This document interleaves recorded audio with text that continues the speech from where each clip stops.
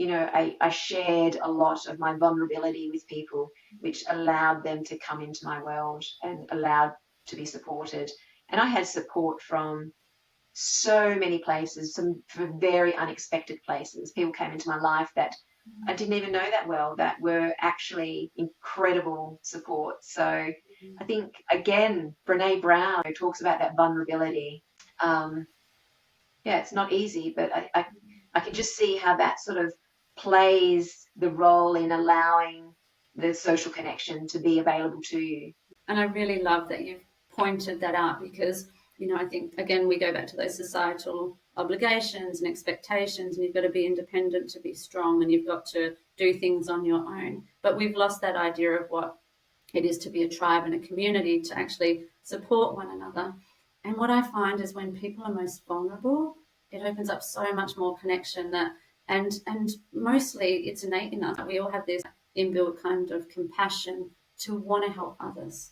And so when sometimes we have to be brave and share the vulnerability, and I'm glad that you did that as well, in such, challenging circumstances, you've actually connected with others and helped them to go, me too. So we become more, instead of just I, it's like we, and that's community. Yeah, so that's beautiful for sharing your story with so many others. And through my own journey, I've always really loved to hear other people's stories and go, oh, wow, it's not just me. I'm not alone. So when I lost my daughter, I read so many books on tragedy, and my husband was like, okay, I think you can give them a miss now. But I just needed to know that I was not alone.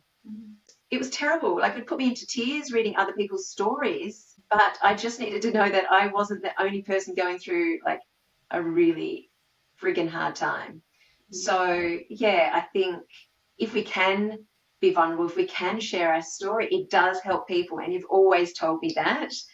So, yeah, I think you never know who you're going to help by sharing a story.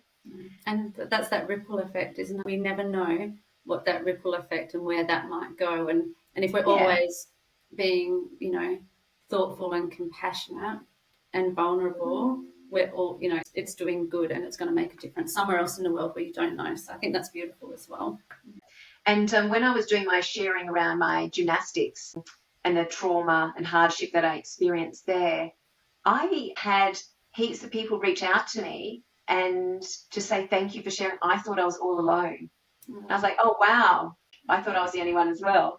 So, so that was a very beautiful experience. And I have started to share other areas of my out in the open, but I will continue to do that as I move through my trauma and my grief and stuff. I think you need to do it in bits that your nervous system can handle, and not pushing yourself further than you can't bring yourself back and regulate. And I think that's really important as we talk about the topic of burnout. It is to do that because, when you're working through trauma like you have, it's about knowing, am I at a space where I can share that, and how do I feel, and tuning in as well. So taking care of yourself, a good model for.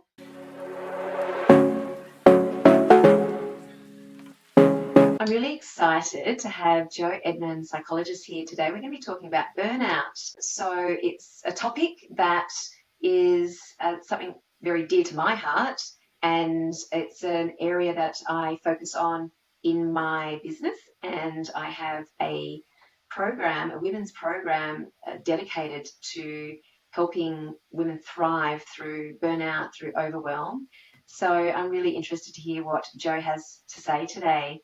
Jo Edmond is a registered psychologist, a wellbeing coach and social entrepreneur. She is the co-founder of Core of Wellbeing.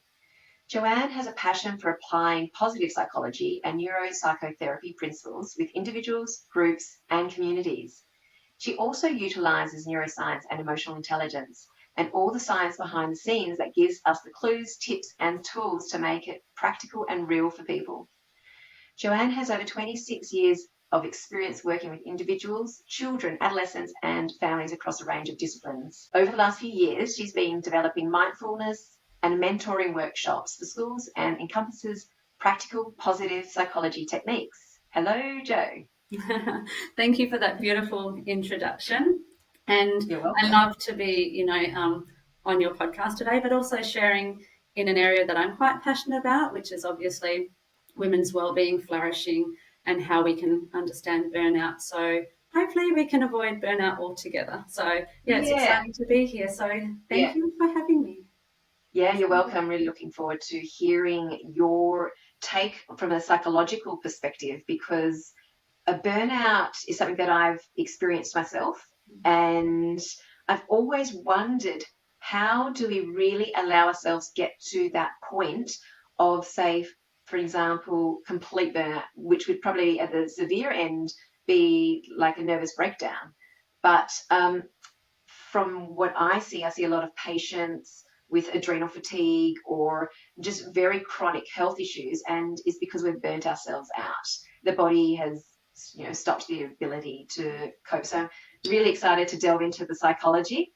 But I wanted to ask, what is positive psychology? Well, positive psychology has been around now for, we're looking over 30, 40 years. And when we think about positive psychology, it's just the opposite to my original training. So my original training was great for understanding what's going wrong in people or what mental health disorder that they may have. And when you sit and meet with people, they have far more resilience, far greater strengths than just looking at what's going wrong. So I think it kind of lends to the negativity bias that we have, like just looking at people and seeing what's going wrong and how can we fix that. Whereas, when I discovered positive psychology and neuroscience, positive psychology is the exact opposite. It's looking at, well, what do we know about people who are flourishing? What do we know about well-being? And so it's the study of health and well-being. And so it really shifts the focus of, then I guess it's almost like shining a light on people. They already have resilience and strength, and it's allowing them to actually see that for themselves as well and growing that potential, growing their own well-being. And I think it feels a lot lighter for people as well when they have that, oh, well, I'm working towards this, instead of coming in and these are all my problems. So it kind of shifts the focus and it creates possibility and change. And positive psychology doesn't mean that it's that whole idea of pixies and unicorns. We don't have to be happy all the time, but we know that when we're experiencing positive emotion, we're more likely to see others with more compassion. It's like the whole, lens that we look through opens and we're more creative. We have less illness or less kind of stress as well. So I think it's a nice way to focus and work with people. That's kind of, I guess, it in a nutshell. Yeah, I think when people are burnt out and when they're coming to you, they're already feeling quite overwhelmed and broken, if you want to use that word. And then to then focus on all the negative things that need improving, it doesn't leave you with a lot of positivity and hope. And I think hope is so essential to allow you to get through tough times. And I can really see focusing on your strengths and focusing on the positivity lends so much to supporting that hope. And I absolutely agree. As soon as you even say the word disorder or depression or burnout, or you say the word hope, I don't know, it just opens up the potential so that something can be different, an alternative, and that you can shift your focus. So it definitely helps to have that hope. And if we, as therapists, or you as well, like if we engender that hope as well, it's almost like you can hold that space for them to actually believe that things can be more hopeful and change is possible. And I think that's what hope and positive psychology do well together. Yeah, yeah. And just reflecting back into my practice, when patients are really unwell and their journey is going to be a very long one. So often when you have got yourself into a place of being so sick, that it's not just a 6-month journey, it's like a 12-month plus journey. And part of my role is to instill that hope, to instill the encouragement in the patient, to allow them to see that they are going to get through this and they just need to keep persisting. And so I can see the relevance there and yes. Think about, sometimes I say, how long have you been practicing this, maybe burnout? What's the journey been like? And they say, well, I've been working at this level for 20 years or 30 years, or actually, I've always pushed myself beyond probably what I could or should be doing. And so they go, oh, so if we're on this next part of the journey, you've been doing that for this period of time, it's really hopeful to say we might be working together for 6, 12, 18 months. But wow, that's not a long time in comparison, is it, to, because it's all that neural rewiring and the joy of like and hope of getting to know yourself and what you really want to be doing and not just Yes, pushing through to the next thing. absolutely. And I couldn't agree more. And I think, yeah, I try and explain this to the patient so they get the context of how they got to where they are and how long it will take to heal. And I guess there's probably a never end to a heal. There isn't an end point, is there? But I think you understand what I mean. So in regards to burnout, what are the signs and symptoms of burnout? What do you see? So it's really interesting because it can manifest in lots of different ways for individuals. And I think that's really the most important thing. We're all so unique and we might see some earlier signs. And that's what I, love to be able to, for us to look at as well with doing this podcast. What are the earlier signs so that we can catch it before it gets to burnout? But when you think about complete burnout, we think about it's that physical and emotional kind of exhaustion, feeling constantly tired, drained, and emotionally depleted even after rest. And then when we see that decreased performance as well, so there's a noticeable decline in people's work, academic kind of work, as well as procrastination, and the concentration tends to go, that fogginess people will describe. And then as well, on top of that, it's when we really start to see increased cynicism and detachment. So people start to become more like, say, if they were working, say, in healthcare, so or in schools, like teachers were always really joyful and working and enjoy looking forward to seeing their students. They tend to start getting more of the negatives in them, and their relationships between others declines, goals, and it's kind of like this emotional detachment that they start to have, and that can be numbing and things like that. And then there's all the other parts of lack of satisfaction in life.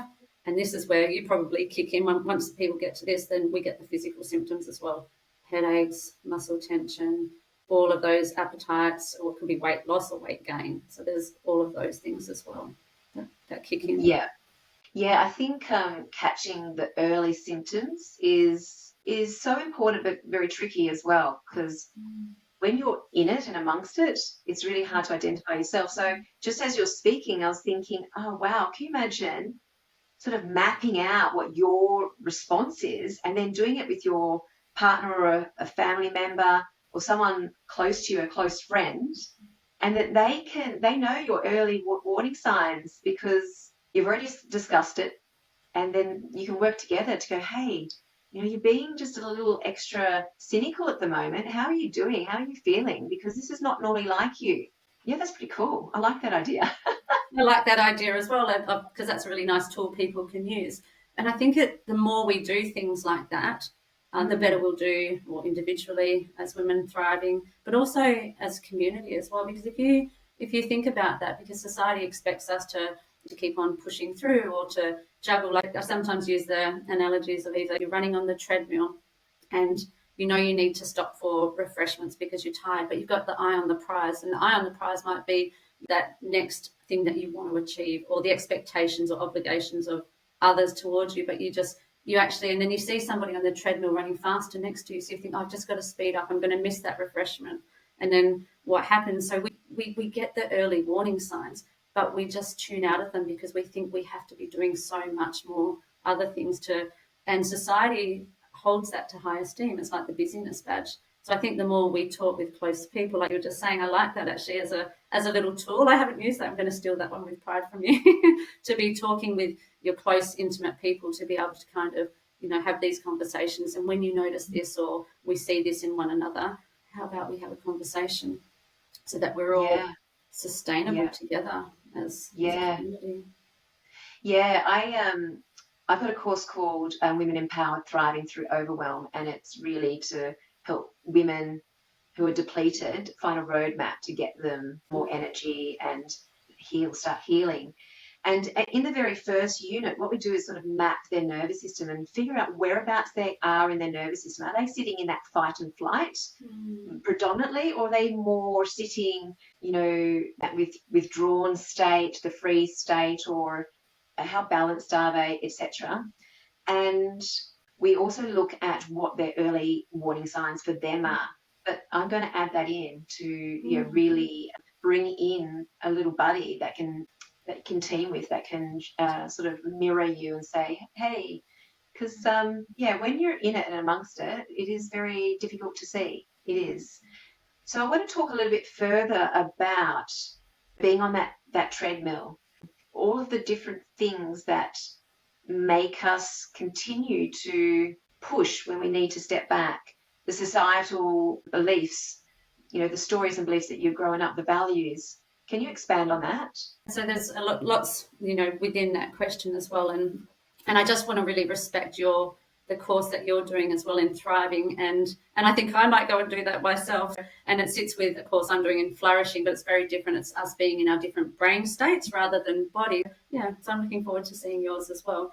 So I think when I think about societal pressures and beliefs and how we got to where we are, I think it's really about really understanding the stories that we tell ourselves, knowing, clearly what our values are, because it's very easy, I think, when you have a value of, say, well-being. Say if my greatest, value was well-being or family, and yet I'm picking up more work or I'm pushing through to get to the next kind of prize or success story, then values are very, disaligned, and we can get a lot of dissonance and things like that. So when I think we start with our values, we can really help ourselves to kind of put in really strong boundaries. And I love Brene Brown. She says that those people who have boundaries of steel actually have the greatest compassion. And that's really interesting because society expects us as women, if we're assertive, if we put our boundaries in, that we're being too loud or we're being too, aggressive. Whereas actually, when we really tap into that, we can value our self-care, and we can say, well, if well-being's the thing that's most important, I'm really going to listen to, what I'm asked to do.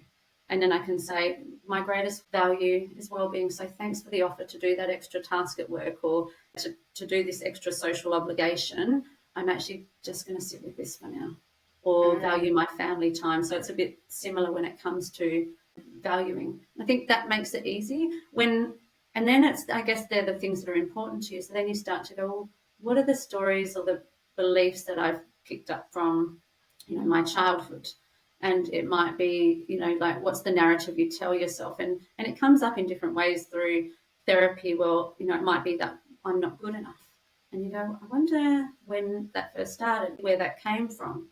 And what does that story of not good enough? Because sometimes people don't realize that they actually have the voices in their minds that might be saying, no, you're not good enough, because they're just so embedded in everything that they do.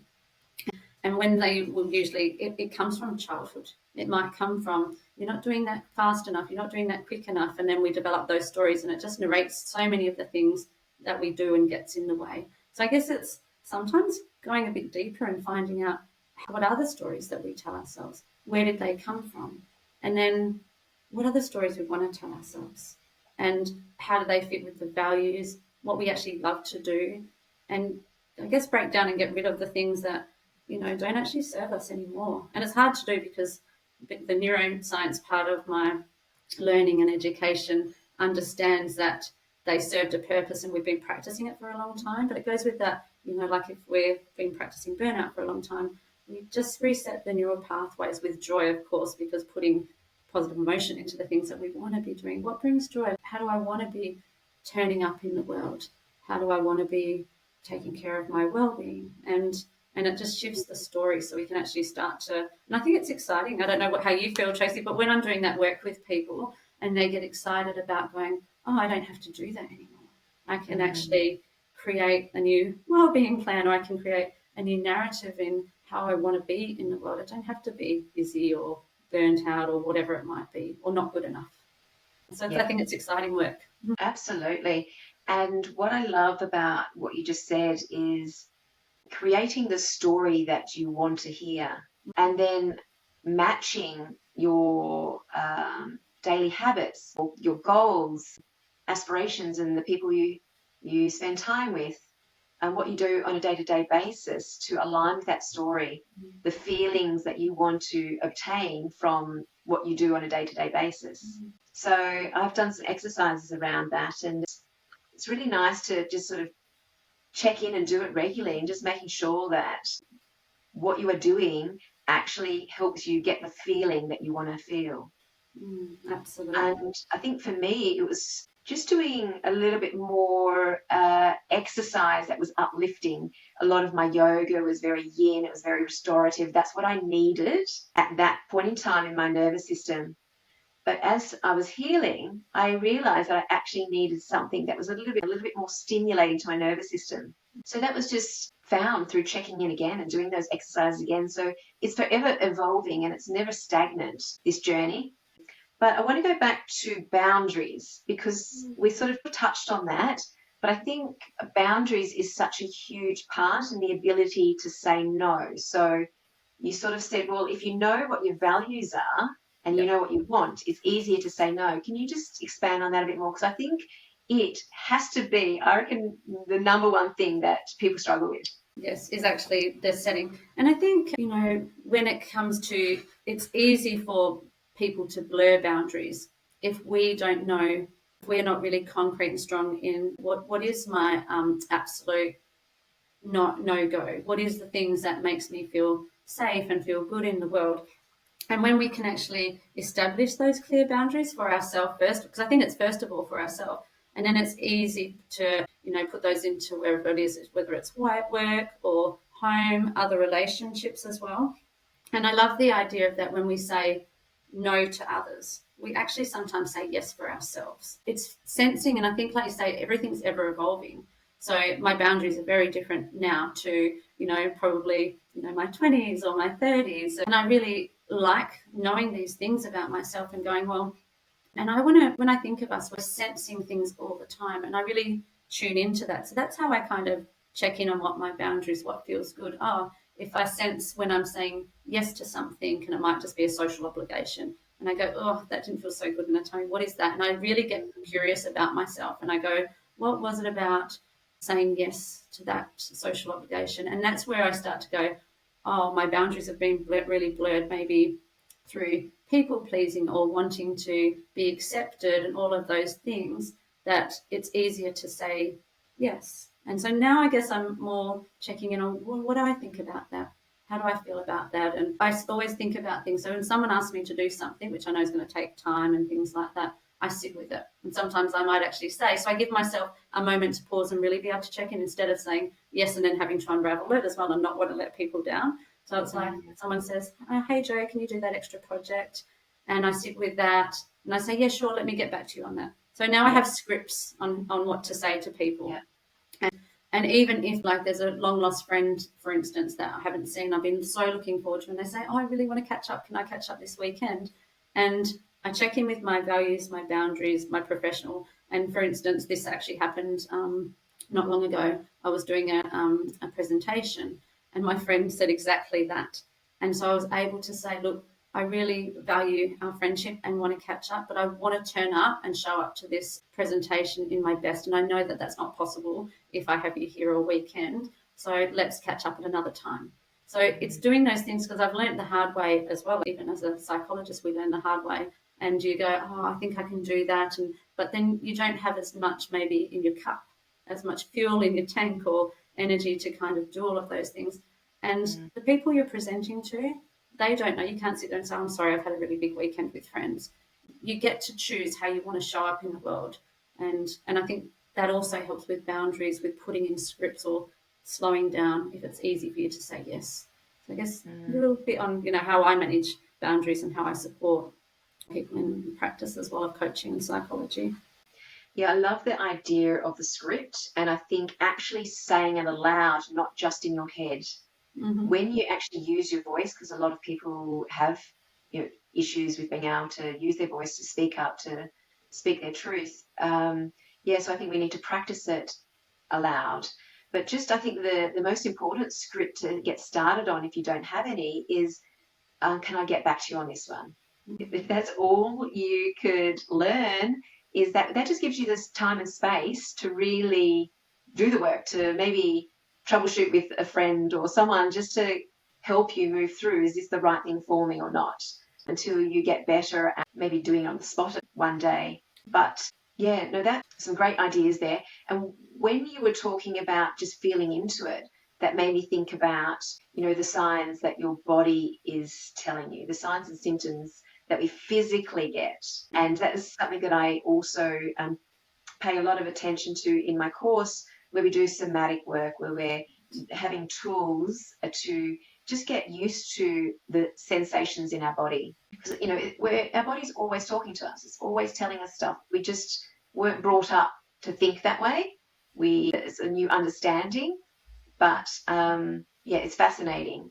I see it a lot in physical elements. People are like, oh no, I'm not stressed, I'm not stressed, I'm not stressed, but yet their whole body is screaming stress. So I agree with you. I'm so happy to hear that you're doing that work in your courses, because it's so important. And you think about the metaphor of the modern woman who's running on the treadmill, just keeps on pushing through, juggling all the balls or that they need to. And we've actually been taught to tune out of our body. And even from a really young age, we can go to when we're in childhood, and it's like you might have a little child running around and say, "Oh, put a jumper on, it's cold." And they might say, "But I'm not cold, I'm hot." And so it starts from, like when you were talking about childhood stuff earlier as well, it starts right back from then as well. And it's like, oh, instead of like just validating, say, oh, okay, so you're feeling that it's hot in here, vice versa, whatever the feeling might be. It's teaching children from a young age that actually, okay, what is the sensation you're having? And if we can start to tune in more, we won't keep pushing our foot down on the pedals or running faster on the treadmill. We'll actually tune in and nurture ourselves in a better way so we don't get to burnout. So I love that you're doing that. I just wanted to reinforce that. That's really good work. Thank you.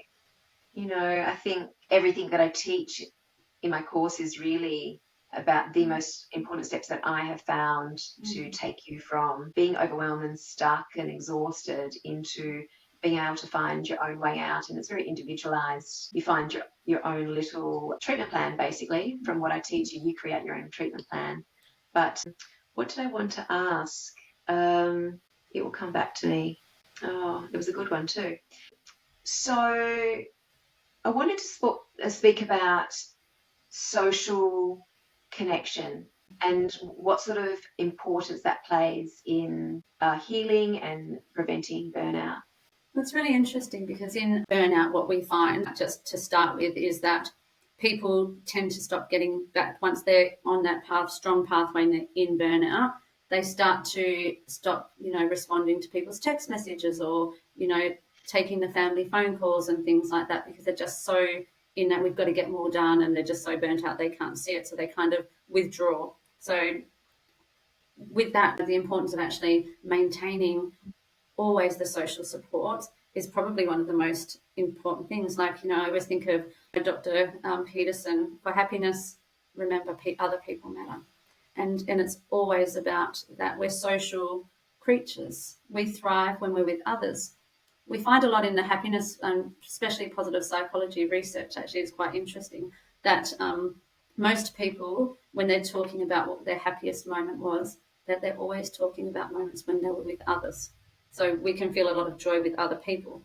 So when we're actually thinking about positive relationships, it's crucial for buffering negative impact of stress and preventing, illness as well. But it promotes resilience for us. So I guess it has when we think about that, not having the positive relationships or social connections is detrimental to health, and it can lead some people, because some people become workaholics, and that's sometimes what lends to burnout, which means that they're so busy doing that they're actually not connecting, and have forgotten how important that is to their actual whole well-being as well.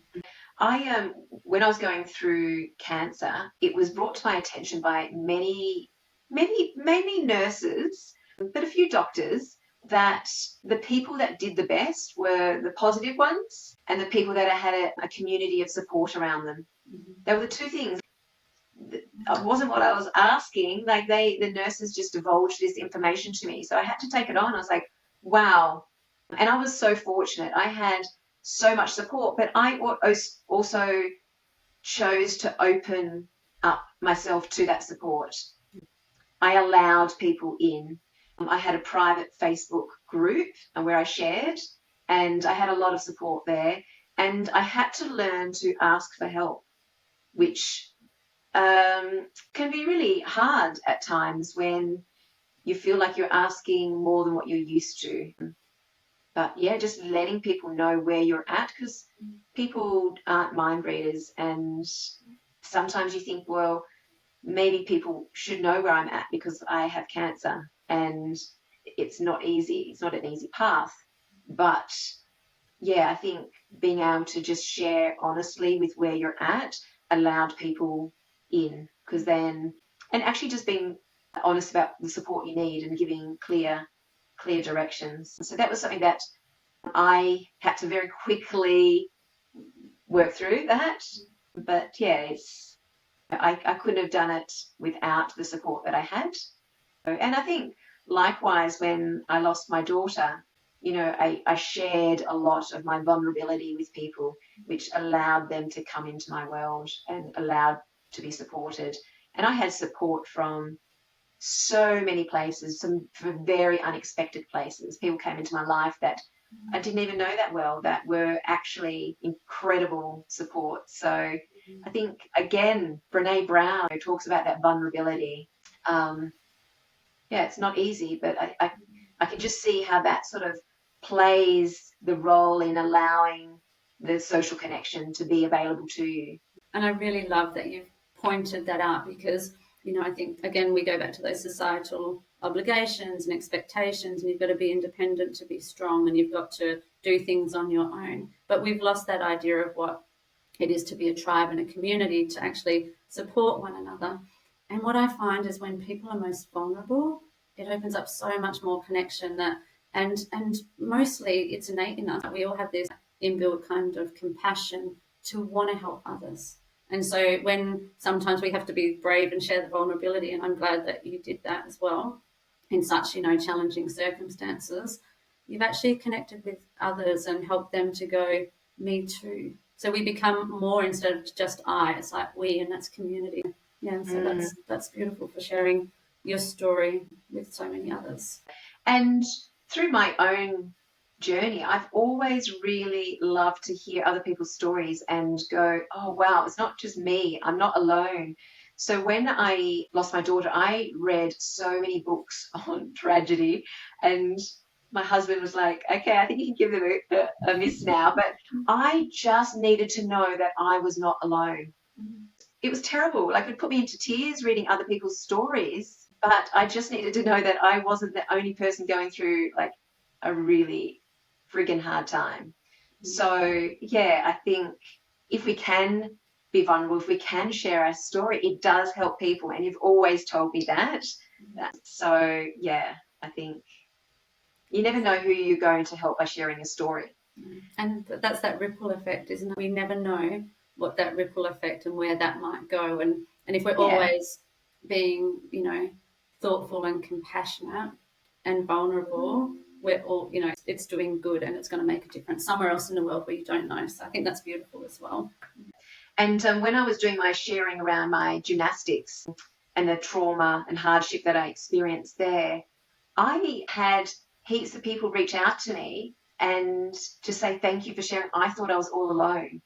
I was like, oh, wow. I thought I was the only one as well. So, yeah, so that was a very beautiful experience. And I have started to share other areas of my out in the open, but I will continue to do that as I move through my trauma and my grief and stuff. I think you need to do it in bits that your nervous system can handle and not pushing yourself further than you can't bring yourself back and regulate. And I think that's really important as we talk about the topic of burnout. It is to do that because, when you're working through trauma like you have, it's about knowing, am I at a space where I can share that and how do I feel, and tuning in as well. So taking care of yourself, a good model for all the women out there. Thank you. Yeah, it's been a long journey and it will continue to be, but I feel incredibly stronger than what I was 7 years ago, put it that way. You touched on compassion, and interestingly, when I lost my daughter Bay, I spoke to a dear friend and I was just like, what do I do here? And this was days after I'd lost her, and she said, just give yourself compassion. And this was really at the beginning of my spiritual journey, and I was like, okay, didn't quite know what to do with that information, but I'll try. So tell me, how can compassion help you move through tough times, avoid burnout, overwhelm, exhaustion? You're a good starting point, because if you think of, I think about how we used to or what we thought encouraged sports people to be their best. It was like, come on, do this, go faster, it's not good enough. And so you just think about that and think about what you sense in your body, hearing those kind of words, how it feels, and is it encouraging? And I guess we're lucky there's been a lot of research in the area of compassion, and it's probably, I think, one of my greatest strengths, which is probably good for everyone to hear as a psychologist, that you have that. You have to interrupt. Like, you literally, I think, are one of the most compassionate people I know. And I think as working with you as a patient, I just felt so heard and held. And I have to thank you for that. You have been pivotal in my healing. Oh, I really appreciate that. Thank you. And it was nice to be on that journey. And now, however many years later, to be on a different journey where we're actually, I guess, contributing to other people's well-being and compassion together. So thank you. It's nice to hear that. and I guess if I step back, so obviously I feel it's there's this compassion is probably one of the greatest healers, and self-compassion as well. So obviously, when we're thinking about self-compassion and coming back to that model of when we're hard to ourselves, how that feels. And everyone gets a bit stuck, because I work with a lot of men, veterans as well, and they struggle with this more so than women. But women struggle also. And so when we think about that, because I think it's like this idea of we're letting ourselves off the hook, and how is that going to motivate me if I'm not doing good as a parent, a wife, a or employer? And it's like, of course it's going to help, because if you sit there and you berate yourself and say, I'm not doing good enough and this is hard, or, not the best at this, we're going to put ourselves into a state of stress. Stress, again, continual stress, just is another build up to burnout. But when we think of compassion and we go, and we've made a mistake, so it doesn't mean we don't own our mistakes. We just go, oh, Jo, you've done the best you can today. Yeah, even if, you weren't your best self in that relationship, how can I do better tomorrow? And you can even feel like the tone of voice changes, because we're with a nice tone of voice, being that best friend. And that's how I liken it when I work mostly with people, because I say, would you say what you just said to yourself, to your best friend, if they told you that they were hopeless or not good enough? And I go, oh my gosh, I'd never say that to my best friend. And I say, why is that? Because it's mean and horrible. And then they go, oh, and they usually have this moment of, wow, how long have I been mean to myself for? And what if I could be kind or use a best friend voice? What would that be like? And how would that change absolutely everything? Because the best friend voice, through that journey of doing 1,000 things, running on the treadmill, it might actually say, oh, hey, like, you've been pushing yourself today, Jo. What if you could just take 5 minutes and just do a breath work? What if you could just slow down, take the pressure off a little bit and slow down on the treadmill? You could actually get off. What would that be like? So it's just that voice that's kind of with you all the time, because we have all these different voices, and it's just tuning in and practicing that one to help us, I guess, thrive through life and feel our best. So I see it as probably really, really important, and it really helps to prevent. And even if I meet with people on their journey of burnout, it actually can help promote wellness and help their recovery process quicker than most other things.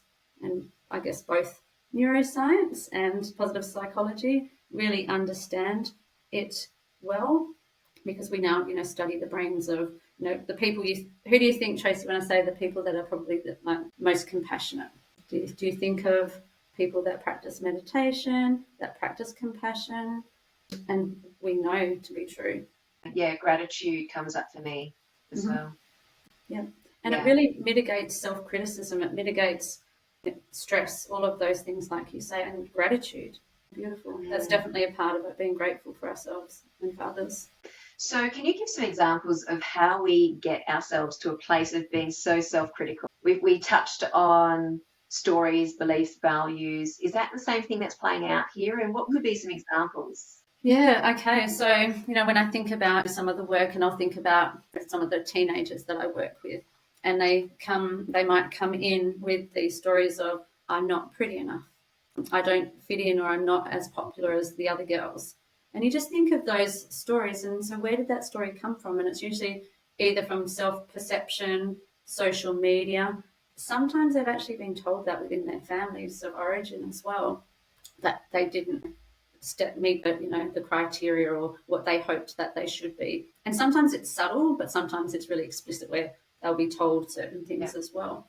And if you have a story like that and you're told things enough, because as people we're kind of looking for evidence, and so we'll look for evidence and we'll compare ourselves to others, because as a human, like we do categorize, we want to kind of make sense of our story. And if our story is negative and not good enough, or all of those kind of critical things that we'll say, we'll find another thing. It's easy to find because we have that negativity bias to go, oh yeah, I didn't get that work contract done as well as I should have, or she looks prettier than me in that dress, I'm not going to wear that dress. And so it's easy to really kind of reinforce the stories as well. And so you can start to see how they become such strong stories in our mind when we're playing life like that through other people's judgments and then our own judgments on top of that. And you look for evidence to support your belief. So you're just trying to either create it or find it. It's so fascinating. You touched on how stress impacts physical health.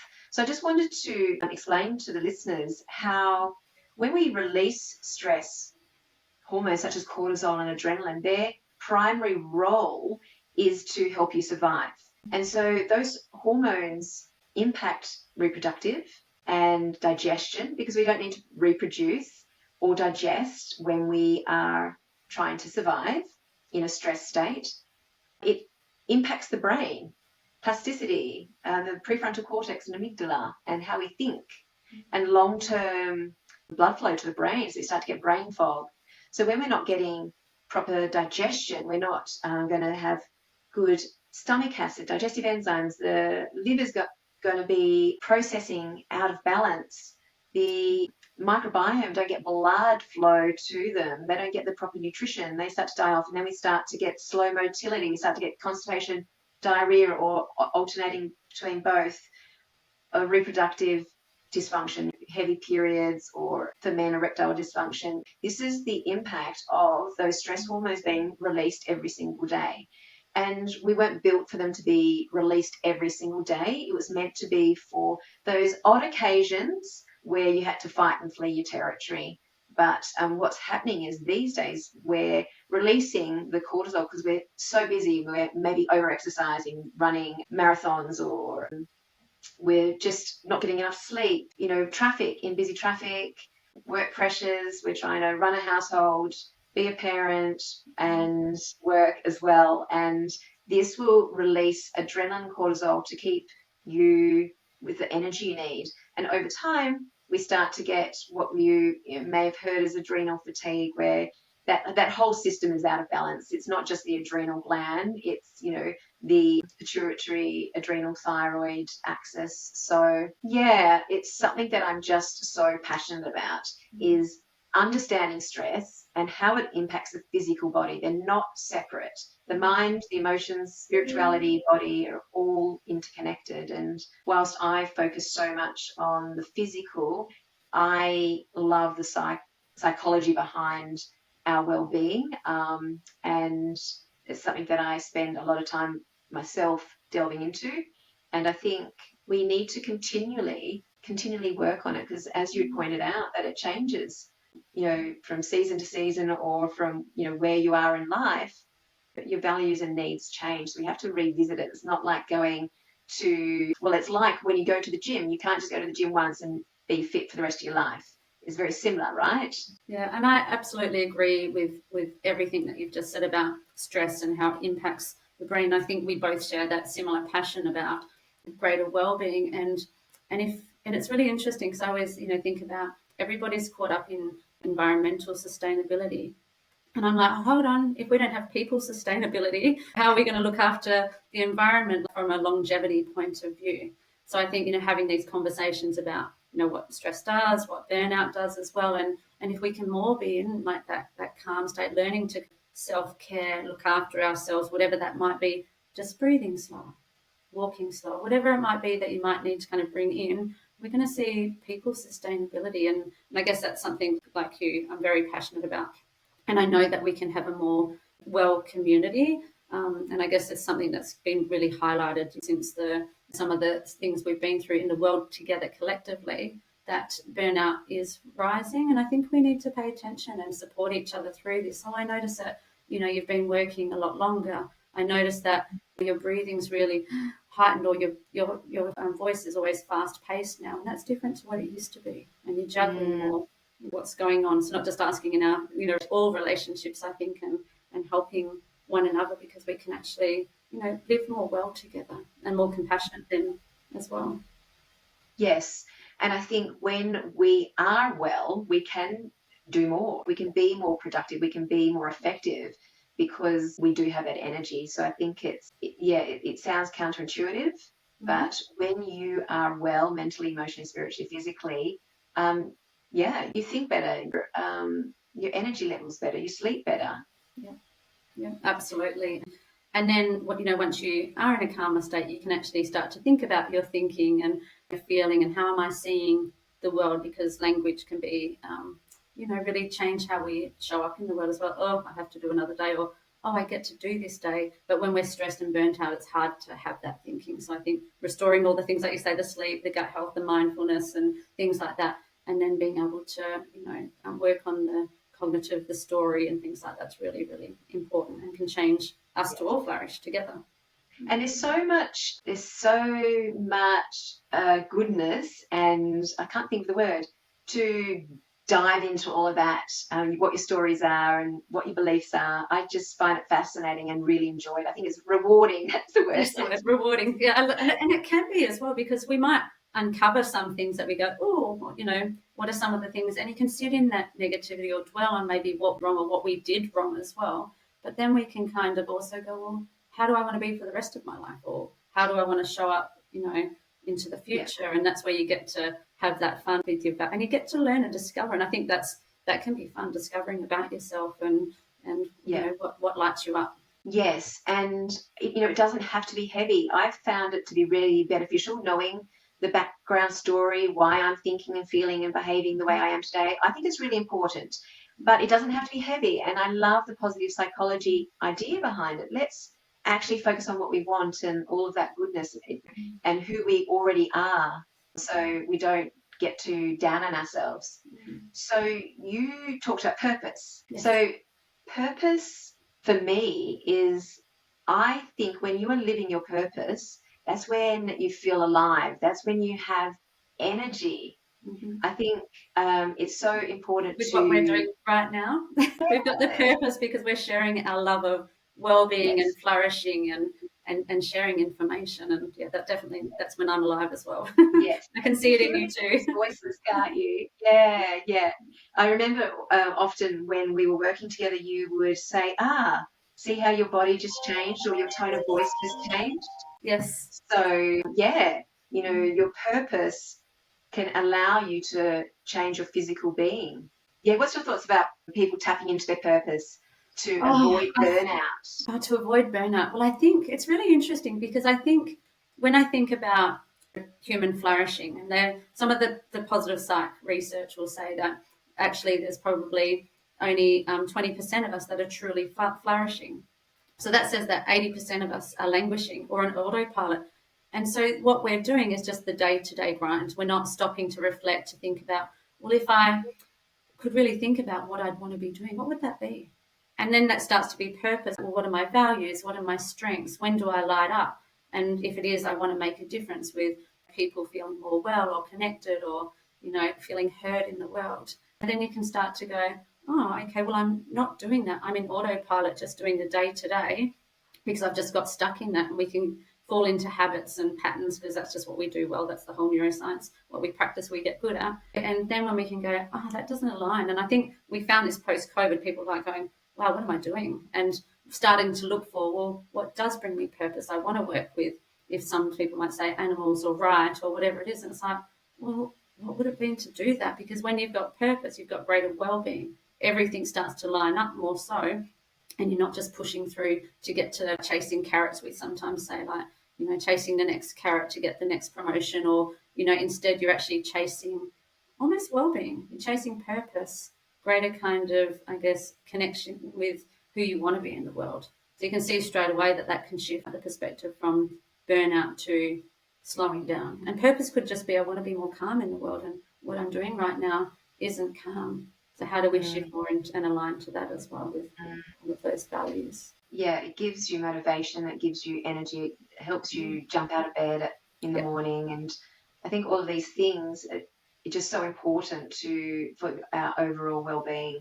Um, we've touched on some lovely topics. I wanted to talk to you about how can people actually come to see you, or if they don't want to see you, what do they need to look for in a psychologist? Yeah. Okay. Well, I think, and this is again, it's like you can interview, you can look people up. So if people want to find me, I'm at info@coreofwellbeing.com.au, and we work from coaching and psychology. And I think because people often say, when do you seek support? Like when you're thinking, are you burning out? And I just go, well, I've been a person like I'm a psychologist. I see a psychologist. I have my own coaches as well, which I love for different things. And so I think there's always a good time because if you're seeing a coach or like yourself as well, it just helps to have a place to reflect. It helps to actually, I guess, the person can then have the light shone on their strengths or what they're already doing well. And then there might be that accountability. And because accountability doesn't mean you have to do X, Y, and Z. It means that because it's easy if we've been in autopilot and burnout to go back to that. So the accountability means that they're reflecting regularly, however they need that to be, and that can make the journey so much more beautiful. It's that connection too because we're sharing it with others, right? So I think it's aligning values. Like even when I went to look for a psychologist recently, and I was looking at their website for the words compassionate, focused, or different things like that because I was like, I want to sit in that space where there's somebody that has that understanding of how important compassion can be. So that was just a start point. So it's really thinking about your values, what the process is, and what you want to get from the process itself. Mm, yeah. And I think looking at people's qualifications as well, Oh, that's that they're most with important. that they're with an association, and sometimes a referral can be helpful as well. Someone that has resonated with that person, but Yeah. yeah. And I think So consent can be really important because people don't realise the difference between the different kind of modalities. But yeah, look for the associations. I think that means that there's accreditation and process, and that's important. yeah, because there's certainly a lot of courses that you can do, and not necessarily a lot of regulation around who can say what they are and what they do, and health coaches or life coaches and things like that. I'm not suggesting that they aren't beneficial, but Make I the space, think but it they're the depends sorts on of what things your you need to goals are. consider Yeah. when you're making the decision. So you've got your course. When does that launch? So I've got one that's just launching now, which is parents supporting anxious children, and it's really pivotal at the moment when everyone's about to go back to school. So that's one, and it's really interactive, and it's been my first like deep dive into putting an online course on. So I've absolutely loved it. It's awesome. And then my next one, which is coming up, which is flourishing women, and I mean it sounds like it's a beautiful kind of complement to yours in the health. So I'm really excited about that one launching as well. So that's coming up. So all things well-being, women flourishing, and again, we want to prevent burnout and things like that. So yeah, and make people feel their best. Wonderful. It's been so nice chatting. Thank you for coming on and yeah, talking about stuff that we're passionate about. So all of your social media will be in the show notes. Your website will be in the show notes, and yeah, that's where people can find you. Just click on the links below. Mm-hmm. And is there anything else that you wanted to share that may have arisen that we didn't talk about today?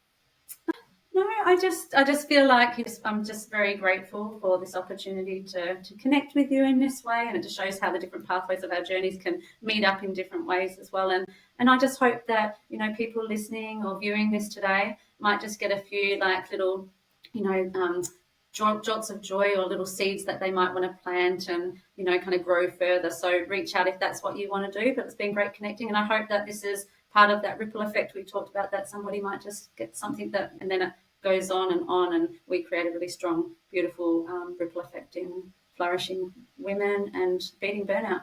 Yes. Well, thank you so much. Thank And you.